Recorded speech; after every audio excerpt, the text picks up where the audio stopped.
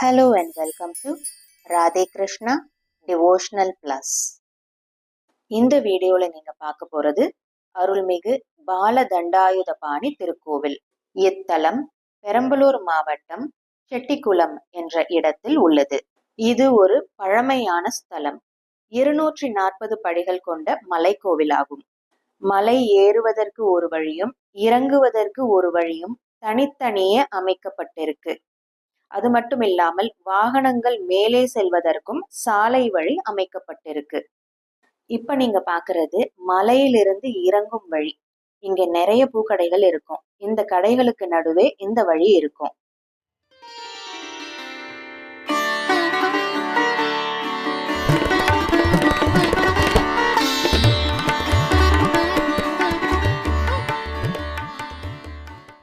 இந்த கடைகளை தாண்டி போனோம்னா மலை ஏறுவதற்கான வழி பார்க்கலாம். இதுதான் ஏறுவதற்கான வழி. அடிவாரத்துல பிள்ளையார் சன்னதி இருக்கு.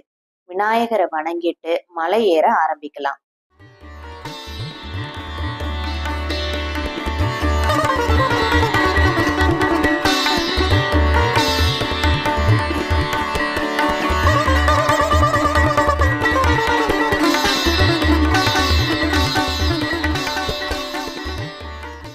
இப்ப நீங்க பார்த்துட்டு இருக்கிறது வாகனங்கள் செல்வதற்கான சாலை வழி.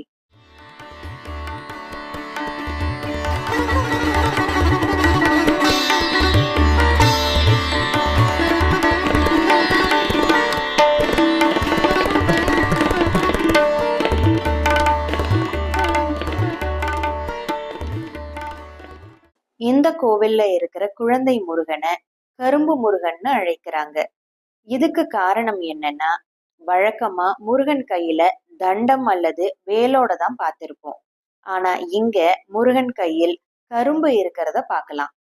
முனிவர்களையும் ரிஷிகளையும் காப்பாற்ற அசுரர்களை வதம் செய்த முருகனுக்கு காமாட்சி அம்பாள் தன் கையில் இருக்கும் கரும்பை முருகனுக்கு வழங்கி ஆசி வழங்கியதே இதற்கு காரணம்.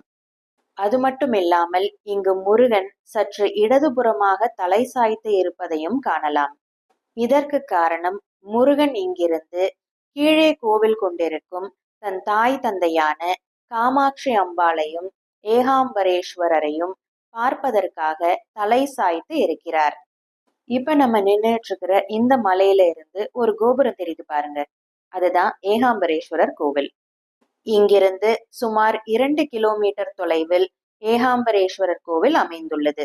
ஏகாம்பரேஸ்வரர் கோவிலை தரிசித்த பிறகு மலை கோவிலை தரிசிப்பது மிகவும் விசேஷம். காரணம் 2 கோவில்களுக்கும் ஸ்தல புராணம் ஒன்றே. 2 கோவில்களும் குலசேகர பாண்டிய மன்னரால் கட்டப்பட்டது.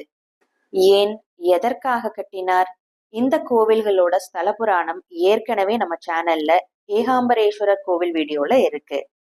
அந்த வீடியோ லிங்கை டிஸ்கிரிப்ஷன் பாக்ஸ்ல கொடுத்திருக்கேன், மறக்காம பாருங்க. உங்களுக்கு இந்த வீடியோ பிடிச்சிருந்தா லைக், ஷேர், சப்ஸ்கிரைப் பண்ணிட்டு பெல் ஐகான் கிளிக் பண்ணுங்க. மீண்டும் சந்திக்கலாம். பாய்.